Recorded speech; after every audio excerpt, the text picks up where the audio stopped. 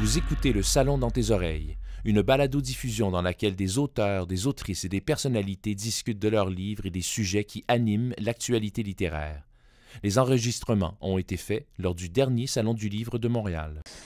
Bonjour à tous. Merci à Lucie Lemonnier et à Adèle Tour d'être avec nous. Aujourd'hui, on va vous parler d'audio et de littérature jeunesse et de comment est-ce qu'on peut utiliser l'audio pour valoriser la littérature jeunesse à travers deux projets. Un premier projet qui est porté par la puce à l'oreille et dont la direction éditoriale a été assurée par Lucie, qui va se présenter.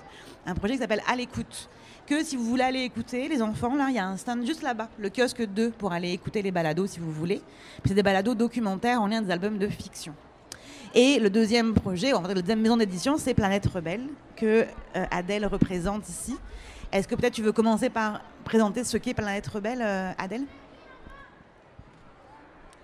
Alors, Planète Rebelle, c'est une maison qui est spécialisée dans le conte et l'oralité pour toutes et tous, pour les adultes comme les enfants. Et donc, ça a été fondé en 97 et depuis cette année, on fait toujours des versions audio pour accompagner nos livres. Donc voilà, très brièvement, c'est ça qu'est Planète Rebelle. Alors peut-être pour commencer, on peut peut-être parler du projet À l'écoute, Lucie. Je ne sais pas si tu veux présenter un petit peu le projet rapidement. Sinon, je peux le faire, mais bon. Ben c'est ça. Donc À l'écoute, c'est un projet qui est financé par le ministère de la Culture et des Communications et qui vise à outiller les parents, les enseignants, puis les enfants aussi à découvrir, à aller un peu plus loin d'albums jeunesse québécois. Donc on a pour l'instant 21 balados documentaires qui sont liés à des albums de fiction de maisons d'édition d'ici, comme Des Géants, Fonfon, La Pastèque, Monsieur Ed, etc. Et ces balados-là vont traiter d'une grande variété de sujets. On parle d'écologie, on parle de sentiments, on parle d'histoire, on parle de faits de société. L'idée, c'est que d'ici à mars 2022, on va en avoir une quarantaine de produits. Évidemment, les balados sont gratuits, sont disponibles sur notre site, sur toutes les plateformes de balado-diffusion, mais aussi sur Communication Jeunesse, sur leslibraires.ca, sur prénumérique.ca. Donc, ils sont complètement accessibles. Et c'est pour des enfants de 6 à 10 ans. Voilà, pour le projet À l'écoute, dont Planète Rebelle, auquel Planète Rebelle participe aussi. Peut-être pour commencer, on a travaillé avec beaucoup d'auteurs et d'autrices différents. Lucie, comment est-ce que, toi qui es la directrice éditoriale de ce projet-là et généralement de la puce à l'oreille, qu'est-ce qui a présidé au choix de ces auteurs et tes autrices ? C'est sûr qu'il y avait beaucoup de paramètres différents, clairement. L'un des premiers, en tout cas pour moi, je pense pour la puce à l'oreille de manière générale, c'était qu'on voulait vraiment avoir des autrices, c'était quasiment que des femmes, qui représentaient à la fois la diversité de la société québécoise et qui avaient aussi quand même à la fois une expérience en recherche idéalement, puisqu'on faisait des balados principalement documentaires, donc il fallait être capable d'aller chercher de l'information. Et si possible aussi, quand même de l'expérience en rédaction et idéalement en rédaction, disons, de contenu sonore pour être capable de produire des textes qui allaient pouvoir après avoir une sonorisation vraiment intéressante. Un autre facteur, c'était aussi d'aller chercher leur expérience personnelle. Par exemple, pour un balado sur les identités de genre, je me suis tournée vers une journaliste qui avait beaucoup écrit sur ce sujet-là d'abord, ou certains sujets qui touchaient plutôt les écoles. On a fait appel à une enseignante en raison de son expertise. Toi, Adèle, pour faire le pont là-dessus, quand vous travaillez sur de l'audio, généralement c'est du livre audio, donc c'est une transposition du livre papier. Comment se passe le travail ? Est-ce que vous commencez à penser directement l'audio, puis ensuite la facture papier ? C'est quoi la timeline de travail là-dedans ? Donc en fait, la spécificité, c'est qu'on ne fait pas vraiment du livre audio. Depuis le début, c'est du livre CD. Donc en fait, le livre audio, c'est souvent pensé comme il y a une œuvre existante, une œuvre papier existante, et à partir de ça, on va imaginer une œuvre audio. En fonction, en général, c'est des best-sellers, des livres qui ont très très bien fonctionné en librairie. On va vouloir les adapter. Nous, on pense l'audio au tout début du projet, parce qu'on travaille avec des conteuses et des conteurs. Fait que ça se passe d'abord par la voix. Donc c'est pour ça qu'il y a une synchronie au niveau de la production. Et donc c'est ça, on écrit en pensant à l'audio, on écrit le livre en pensant à l'audio. Voilà. Puis je sais que vous vous êtes à un moment donné interrogé avec Planète Rebelle sur comment repenser aujourd'hui le livre CD, puisque effectivement les formats changent, les formats se dématérialisent aussi. Vous en avez toute votre réflexion par rapport à ça? Comment est-ce que vous voulez investir dans les prochaines années l'espace numérique? Super bonne question. Donc il n'y a plus de livre CD depuis cette année, c'est fini le livre CD. Mais à partir de là, c'est sûr qu'on rentre dans des productions numériques qui sont entièrement gratuites. Pour nous, ça a été vraiment tout un chamboulement au niveau de notre économie de passer à la gratuité. On a pu le faire grâce notamment au Fonds du Livre du Canada qui a mis en place une nouvelle subvention pour la production, notamment pour la production d'œuvres audio accompagnant les livres. Mais sans ce budget-là, une œuvre audio, balado, c'est un projet extrêmement tripant à faire pour les éditeurs. C'est vraiment extraordinaire, mais il n'y a pas de vente possible. On reste dans un système de gratuité. Donc, il a fallu comme repenser vraiment notre économie et c'est à partir de là que la puce intervient, je pense. Merci. Si je reviens un petit peu sur la création, peut-être Lucie, comment est-ce que vous accompagnez les autrices et les auteurs là-dedans? Dans l'écriture, Adèle parlait du fait qu'on pense de manière un peu synchrone l'audio et le texte. Toi, dans ce travail-là d'accompagner une œuvre existante d'un balado complémentaire qui n'est pas la reprise du texte, comment est-ce que tu travailles pour accompagner ce travail-là? Oui, outre bien sûr la définition du sujet, des axes qu'on a envie d'aborder, c'est beaucoup dans le rythme d'écriture pour que ça ne soit pas juste un texte documentaire monotone. Ça prend d'avoir par exemple un peu de narration, des changements de rythme, des moments où en fait, on sent qu'il y a quelque chose qui se passe dans le balado. Ça peut être brutalement on se met à faire des devinettes. Pour changer un petit peu le flow, disons, général de l'audio, pour pas que les enfants s'endorment, disons. Comme on s'adresse à des enfants, on essaye aussi de les apostropher. « Hey, toi, t'en penses quoi de ça? Ça t'es-tu déjà arrivé de ci ou de ça ?» pour les garder quand même avec nous. Une écriture qui est aussi quand même plus directe. Je me souviens qu'il y avait une autrice qui avait à un moment donné un espèce de writer's block, là, elle savait plus quoi faire. Et je dis, tu sais, parle à ton cousin dans ta tête, à ton petit-neveu de 7 ou 8 ans, puis écris ça ou enregistre-toi, et tu auras cette espèce de texte un peu plus qui va être plus naturel à écouter aussi. Puis, il ne faut pas avoir peur, bien sûr, de mettre des mots compliqués, mais il faut s'assurer qu'on les explique. Des choses très imagées aussi, bizarrement, l'écriture radio ou balado, c'est très visuel. Donc il ne faut pas hésiter à décrire, à permettre aux enfants de créer dans leur tête les images qu'ils n'ont pas dans le livre. Et nous, ensuite, on réfléchit beaucoup à la sonorisation. Puis des fois, si eux, ils ont déjà des idées, ils peuvent écrire effet sonore, bruit de bulle, effet sonore, quelque chose pour accompagner justement le texte à cet égard-là. C'est intéressant, toi, Adèle, vous qui faites à la fois du livre audio et depuis quelque temps du balado aussi. Vous en avez fait avec nous pour les jeunes publics, mais aussi avec la quadrature pour les adultes. Quelle est la différence majeure que tu vois dans le travail entre le livre audio, le livre CD, même s'il n'y a plus de CD aujourd'hui, et le balado?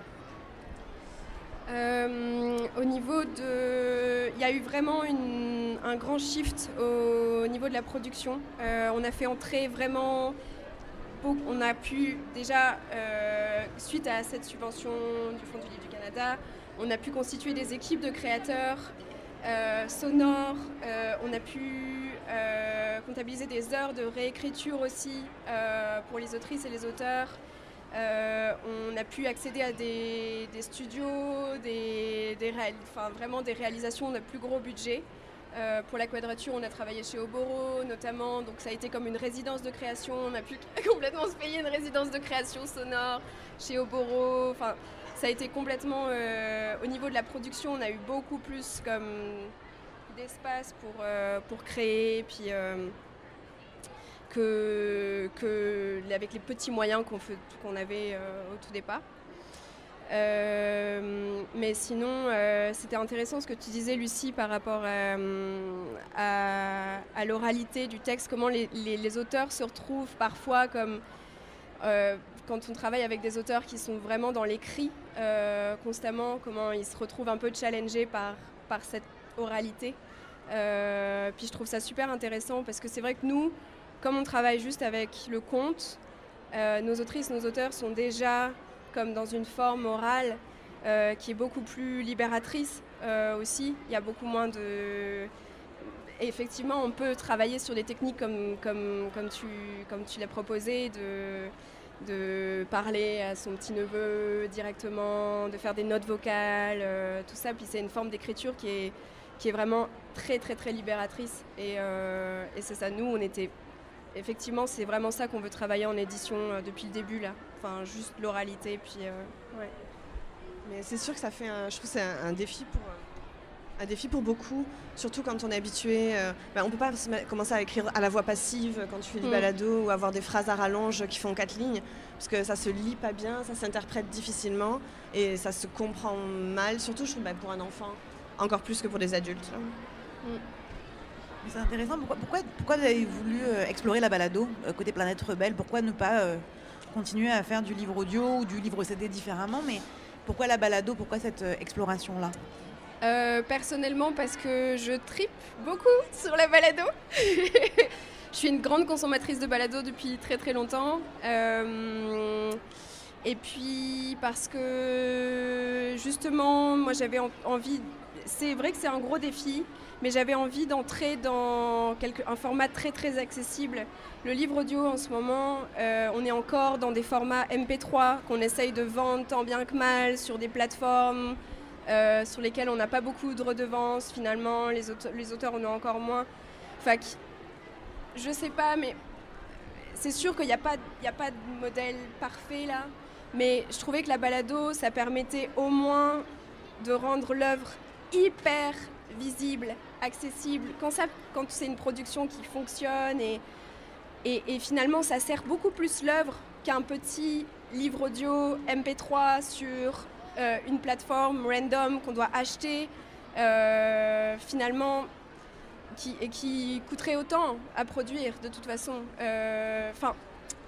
Qu'est-ce qui est le mieux, rendre ça visible ou rendre ça payant et recevoir des peanuts parce qu'il n'y a personne qui va acheter des MP3 maintenant plus grand monde achète des MP3 fait. Mais c'est intéressant ce que tu dis parce que ça a été un retour de nombreux éditeurs qui ont travaillé sur le projet à l'écoute avec nous aussi. Puis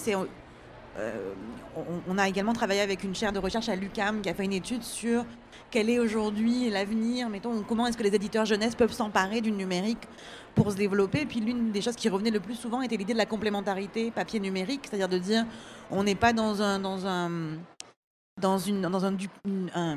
duplicata de la proposition papier en version numérique. Ça c'est difficile, d'abord c'est très cher à produire, puis on a l'impression que les choses pourraient se cannibaliser un petit peu. Et c'est vraiment l'idée de la complémentarité. Et nous, quand on a développé à l'écoute, l'idée était vraiment de dire on offre de la gratuité numérique, mais qui n'est pas une reproduction audio de l'album papier, mais vraiment un complément qui peut fonctionner de manière extrêmement autonome. On peut écouter le balado sans avoir lu l'album et vice-versa, évidemment. Mais c'est vraiment l'idée on va soutenir l'œuvre papier par la proposition numérique. Et cette idée-là de la complémentarité, elle était là aussi pour des raisons économiques, de manière très prosaïque, de ne pas venir cannibaliser avec un nouveau projet gratuit ou payant, mais payant de manière moins chère que l'album papier, et au contraire de pousser les ventes papier.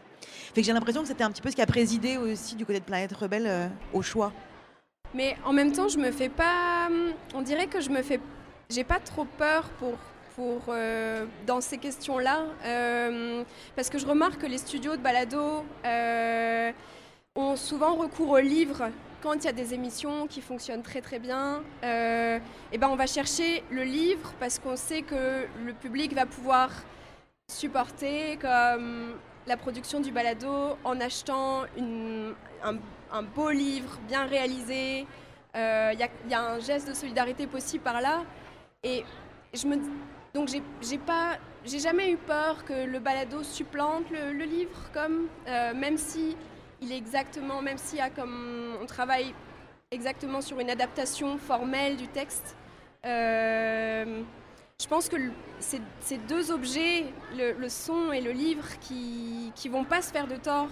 Puis Je suis convaincue qu'il y a Et la place pour les il y a deux. une place pour les deux. Mais Ouais, je suis ouais. assez d'accord avec toi. Puis j'ai le sentiment aussi, en tout cas l'un des axes qui a présidé à la création du projet à l'écoute, c'était aussi de dire ça permet, c'est gagnant-gagnant. C'est-à-dire que ça permet au livre papier d'avoir accès à des espaces de découvrabilité numérique auxquels parfois il est difficile d'accéder pour un éditeur, ou en tout cas de faire sa place à travers une grande, vaste proposition en ligne. Et par ailleurs, ça permet aux balados qui ont peu accès aux espaces comme aujourd'hui le salon du livre, les librairies ou les bibliothèques, d'aller au-devant des publics Ouais. dans les espaces traditionnels de découvrabilité, là, pour employer des grands mots. Mais ça permettait vraiment d'être dans une espèce de combinaison des forces, en fait. Ça, je trouvais ça intéressant, vraiment. Vraiment. C'est pour ça qu'on a créé à l'écoute. Mais justement, ça nous amène un peu au défi de demain. Je sais pas, Lucie, si tu veux... je sais pas si tu as une vision là-dessus, sur comment tu vois la balado jeunesse dans les prochaines années. Est-ce que tu as l'impression que... C'est quoi l'axe de développement? C'est amené à se développer encore et encore. Il y a de plus en plus d'enseignants et d'enseignantes qui s'y intéressent. Je pense que ça va être vraiment un moteur parce que les enfants après rentrent à la maison, disent à leurs parents j'ai écouté un balado à l'école, c'était vraiment le fun, j'ai appris ça, ça, ça et ça. Je pense que vraiment le côté éducatif est présent. Après, c'est vraiment une question de jour de communication, d'arriver à rentrer en contact avec les parents qui voient l'avantage. Ce qui est toujours difficile, c'est que dans le monde de la gratuité, qui est quand même le monde du balado, il y a parfois gratuité n'est pas forcément synonyme de qualité. Donc il faut que, je pense, un des défis, c'est vraiment que les parents arrivent à identifier les balados de qualité produites par des personnes dont c'est vraiment le métier, qui sont accompagnées avec vraiment une vision éducative. Mais pour moi, c'est vraiment amené à se développer de plus en plus. Adèle, toi, ta vision de demain, c'est quoi les défis pour l'audio en jeunesse? Qu'est-ce qu'on doit relever? C'est-tu la découvrabilité, la curation, la production? Effectivement, c'est un marché qui va être de plus en plus saturé, donc les questions de découvrabilité, ça va vraiment se poser. La question, ça c'est un peu plus technique, mais je pense les questions des droits aussi, il va falloir qu'on s'encadre au niveau légal pour protéger les droits des auteurs dans les œuvres audio. Parce que pour l'instant, c'est un peu la jungle, on va se le dire.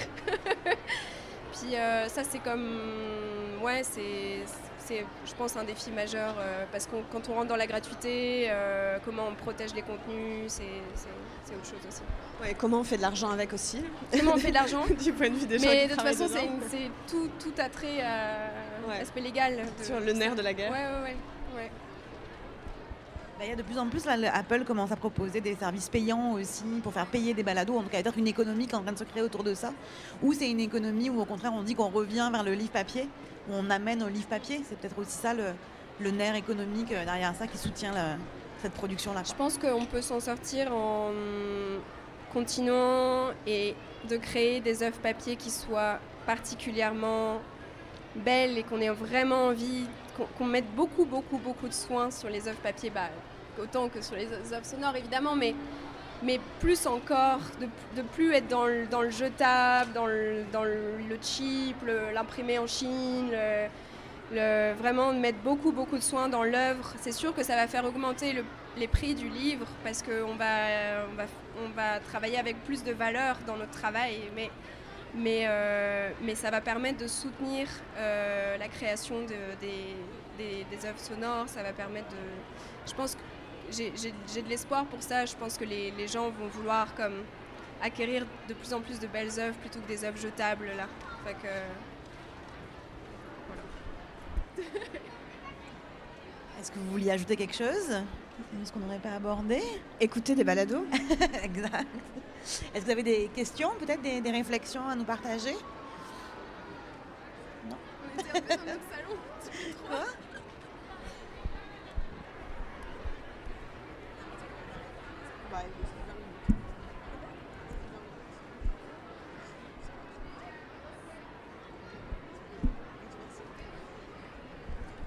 Merci à tous de nous avoir écoutés. Merci public.